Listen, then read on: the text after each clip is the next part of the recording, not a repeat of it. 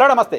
ఓ జర్నలిస్ట్గా రాజకీయ పార్టీలు ఎవరైనా అధికారంలో ఉండొచ్చు, ఎవరైనా అధికారం కోల్పోవచ్చు. కానీ కొన్ని పార్టీలకు సంబంధించిన ప్రజెన్స్ కొన్ని చోట్ల ఉండాల్సిన అవసరం ఉంది అని అనిపిస్తుంది.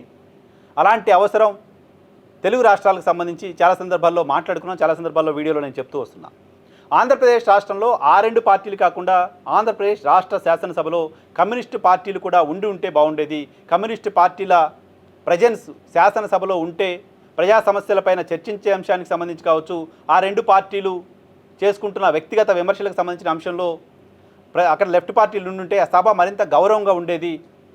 వ్యక్తిగత దూషణలు, వ్యక్తిగత విమర్శలు కాస్త తగ్గిపోయి వామపక్షాలు రెండు పార్టీలకు సరిగ్గా చెప్పాల్సిన మాట చెప్పాల్సిన టైంలో సభలో చెప్తాయి కాబట్టి కాస్త కంట్రోల్లో ఉంటారు. సభ బాగుంటుంది.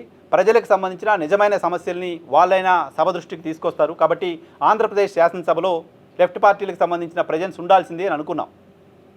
ఉండడం అవసరం, ఆంధ్రప్రదేశ్ రాష్ట్రానికి కూడా నిజానికి మంచి చేస్తుంది. అదే సమయంలో ఆంధ్రప్రదేశ్ రాష్ట్ర విభజన చేసిన పార్టీగా కాంగ్రెస్ పార్టీని విలన్గా ఆంధ్రప్రదేశ్ రాష్ట్ర ప్రజలు భావించారు. 3 ఎన్నికలు గడిచిన తర్వాత కూడా ఆంధ్రప్రదేశ్ శాసనసభలో కాంగ్రెస్ పార్టీకి ప్రాతినిధ్యం లేదు. కాంగ్రెస్ పార్టీ మొత్తుకుంటోంది మేము అధికారంలోకి వస్తే కేంద్రంలో ప్రత్యేక హోదా ఇస్తామని. అటువంటి పార్టీకి కూడా ఆంధ్రప్రదేశ్ రాష్ట్ర శాసనసభలోను, అటువంటి పార్టీ నుంచి కూడా లోక్సభలోను కాంగ్రెస్ పార్టీకి సంబంధించిన సభ్యులు ఉండాల్సిన అవసరం ఉంటే ఈరోజు ఆంధ్రప్రదేశ్కి జరుగుతున్న అన్యాయం పైన వైసీపీ, టీడీపీ మాట్లాడని సందర్భంలో కాంగ్రెస్ ఎంపీ ఎవరైనా పార్లమెంట్లో ఉంటే ఎలా ఉండేది ఒకసారి ఆలోచన చేయండి. అదే సమయంలో తెలంగాణలోనూ లెఫ్ట్ పార్టీలకు సంబంధించిన ఉనికి, లెఫ్ట్ పార్టీలకు సంబంధించిన నంబర్ అసెంబ్లీలో ఎక్కువ ఉండడం తెలంగాణ రాష్ట్రానికి మంచి చేస్తుంది. తెలంగాణ రాష్ట్ర శాసనసభలో మెరుగైన చర్చలు జరగడానికి సంబంధించిన అవకాశం ఉంటుంది అని మాట్లాడుకున్నాం. సో కొంతమందికి సంబంధించిన ప్రజెన్స్ అవసరం. వాళ్ళ అధికారంలో ఉన్నా లేకపోయినా వాళ్ళ ప్రజెన్స్ అక్కడ ఉండడం వల్ల ప్రజలకు మేలు జరుగుతుంది, సభలో అర్థవంతమైన చర్చ జరుగుతుంది అని భావిస్తూ ఉంటాం. సో నిన్న పార్లమెంట్ సమావేశాలు చూసిన తర్వాత నాకు అనిపించింది లోక్సభలో బీఆర్ఎస్ పార్టీ ఉండాల్సింది, బీఆర్ఎస్ పార్టీకి సంబంధించిన ఎంపీలు ఉండాల్సింది అని. తేజస్వి సూర్య అనే భారతీయ జనతా పార్టీకి సంబంధించిన ఒక ఎంపీ ఏమాత్రం బాధ్యత లేకుండా, అనాలోచితంగా, అహంకారపూరితంగా తెలంగాణ రాష్ట్ర ఏర్పాటుకు వ్యతిరేకంగా మాట్లాడుతుంటే ఇంకొక మాట తేజస్వి సూర్యని మాట్లాడకుండా ఆపాల్సిన అవసరం తెలంగాణ ఎంపీలకు ఉండాల్సింది. తెలంగాణ ఎంపీలు ఆ పని చేయాల్సింది. తెలంగాణ నుంచి కాంగ్రెస్ పార్టీకి ఎంపీలు ఉన్నారు, తెలంగాణ నుంచి భారతీయ జనతా పార్టీకి ఎంపీలు ఉన్నారు. 8 మంది కాంగ్రెస్కి, 8 మంది భారతీయ జనతా పార్టీకి. నాకు అర్థం కాలేదు ఎందుకు కాంగ్రెస్ పార్టీకి సంబంధించిన నాయకులు రెస్పాండ్ అవ్వలేదు. భారతీయ జనతా పార్టీకి సంబంధించిన ఎంపీలు రెస్పాండ్ అవుతారని ఆశించలేం. కానీ కాంగ్రెస్ పార్టీకి సంబంధించిన ఎంపీలైనా వెళ్ళి రెస్పాండ్ అయ్యి తేజస్వి సూర్య ఆ తర్వాత మాట్లాడకుండా ఆపి ఉండాల్సింది కదా, అడ్డుకొని ఉండాల్సింది కదా. అడ్డుకుంటే మీరు సస్పెండ్ అయితే అయ్యారు, అడ్డుకొని ఉండాల్సింది కదా. తెలంగాణ పైన ఈ రకమైన విషం కక్కే మాటలు ఏ రకంగా మాట్లాడతారని అడిగి ఉండాల్సింది కదా. ఎందుకు అడగలేకపోయారు? బీఆర్ఎస్ పార్టీ ఉండుంటే ఆ పని చేసేదేమో అనిపించింది. బీఆర్ఎస్ పార్టీ తెలంగాణ అస్తిత్వానికి సంబంధించిన అంశంలో ఏ పార్టీకి సంబంధించిన వాళ్ళు తప్పుగా మాట్లాడినా, తెలంగాణ పైన విషం కక్కే ప్రయత్నం చేసినా ఇమీడియట్గా రెస్పాండ్ అవుతుంది లాంటి ఒక ఇంప్రెషన్ తెలంగాణ సమాజంలో ఉంది. ఇప్పుడు తేజస్వి సూర్య మాత్రమే కాదు, కొద్ది రోజుల క్రితం ఆంధ్రప్రదేశ్కు సంబంధించిన మరొక ఎంపీ కృష్ణదేవరాయలు కూడా ఇదే తరహాలో అహంకారపూరితంగా తెలంగాణ బిల్లు పాస్ అయిన ఉదంతాన్ని పార్లమెంట్లో ప్రస్తావించారు.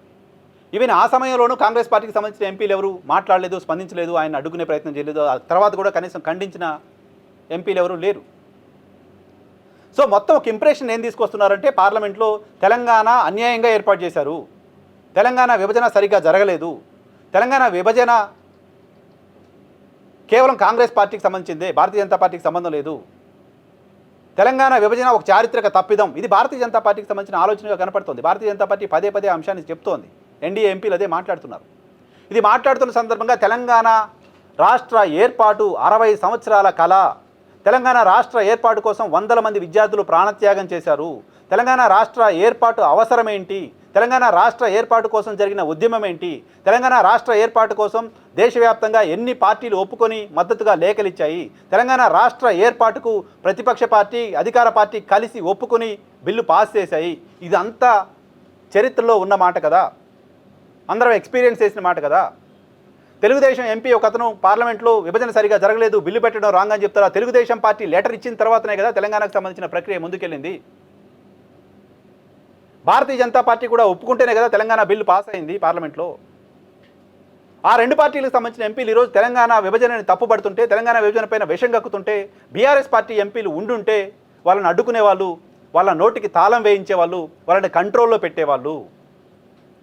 పార్లమెంట్లో బీఆర్ఎస్ పార్టీ ఎంపీలు లేకపోవడం వల్ల జరిగిన నష్టం బీఆర్ఎస్ పార్టీకి కాదు తెలంగాణకి కదా అని అనిపిస్తోంది.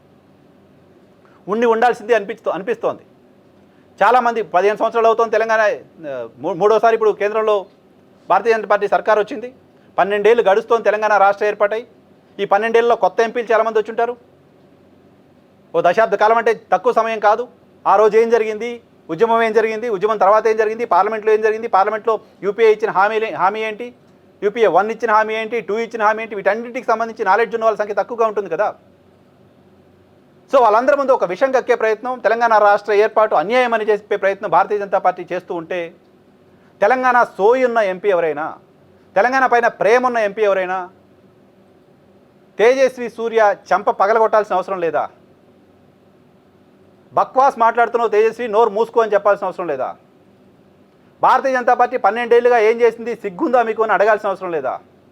మరొక మాట తేజస్వి మాట్లాడకుండా ఆయన్ని నిలువరించాల్సిన అవసరం లేదా? పార్లమెంటుని స్తంభింపజేయాల్సిన అవసరం లేదా? అవసరం ఉంది. అలా చేసింది తెలంగాణ గతంలో, అలా చేశారు తెలంగాణ ఎంపీలు గతంలో. ఆ ఉద్యమ స్ఫూర్తి, తెలంగాణ పట్ల ప్రేమ, తెలంగాణ మీద సోయి, తెలంగాణను ఎవడన్నా ఒక మాట అంటే పౌరుషం వచ్చే ఎంపీలు పార్లమెంట్లో ఉండాల్సిన అవసరం ఉంది. అటువంటి పౌరుషం వచ్చే ఎంపీలు కాంగ్రెస్ పార్టీలో ఉన్నారేమో తెలియదు, కానీ వాళ్ళ పార్టీ విధానమేమో ఎవడు మాట్లాడలేదు. మరి అటువంటి పౌరుషం రాని ఎంపీలైనా బీఆర్ఎస్ పార్టీలో ఉంటే వాళ్ళు స్పందించేవాళ్ళు, రెస్పాండ్ అయ్యేవాళ్ళు, ఆపేవాళ్ళు.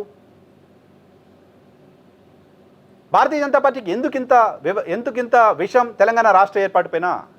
సాక్షాత్తు మోదీయే గతంలో మాట్లాడారు. నిన్నటి వీడియోలో నేను చెప్పినట్టుగా ఇప్పుడు తేజస్వి సూర్య మాట్లాడుతున్నారు, గతంలో చాలామంది మాట్లాడారు. తెలుగుదేశం పార్టీకి సంబంధించిన ఎంపీలు మాట్లాడుతున్నారు. తెలుగుదేశం పార్టీకి సంబంధించిన ఎంపీ శ్రీకృష్ణదేవరాయలు కూడా ఆలోచన చేయాలి కదా. ఆంధ్రప్రదేశ్కు ప్రత్యేక హోదా ఇస్తే మేము మద్దతు ఇస్తామని తెలంగాణకు సంబంధించిన బీఆర్ఎస్ ఎంపీలు పార్లమెంట్ సాక్షిగా చెప్పారు కదా. రాష్ట్రం విడిపోయినా ఆంధ్రప్రదేశ్ ప్రత్యేక హోదాకి మేము మద్దతు ఇస్తామని చెప్పారు కదా తెలంగాణ ఎంపీలు. అటువంటి తెలంగాణ ప్రాంతం పైన తెలంగాణ రాష్ట్ర ఏర్పాటు బిల్లే తప్పు, దాని మీద మళ్ళీ చర్చ జరగాలని శ్రీకృష్ణదేవరాయలు మాట్లాడారు. సో ఇది కేవలం పార్టీ పైన జరుగుతున్న దాడి కాదు, తెలంగాణ అస్తిత్వం పైన, తెలంగాణ రాష్ట్ర ఏర్పాటు పైన జరుగుతున్న దాడి. ఈ సందర్భంగా పార్లమెంట్లో తేజస్వి సూర్యని ఆపలేకపోవడం, తేజస్వి సూర్యకి కౌంటర్ చేయలేకపోవడం, తేజస్వి సూర్య తప్పుడు మాటలు మాట్లాడుతుంటే కూడా మౌనంగా ఉండడం తెలంగాణ కాంగ్రెస్ ఎంపీలు చేసిన తప్పు. ఇలాంటి సందర్భంలో బీఆర్ఎస్ పార్టీ ఎంపీలు ఉండుంటే నిన్న తేజస్వి మాట్లాడిన తర్వాత సభలో ఇంకా వేరే ఏం జరిగేది కాదు. తేజస్వి క్షమాపణ చెప్పే వరకు, తేజస్వి వ్యాఖ్యలను రికార్డు నుంచి తొలగించే వరకు, తేజస్వి వ్యాఖ్యలు వెనక్కి తీసుకునే వరకు సభని బీఆర్ఎస్ పార్టీకి సంబంధించిన 2, 3, 4 ఎంపీలున్నా ఆపి ఉండేవాళ్ళు అని అనిపించింది నిన్నటి సభ చూసిన తర్వాత.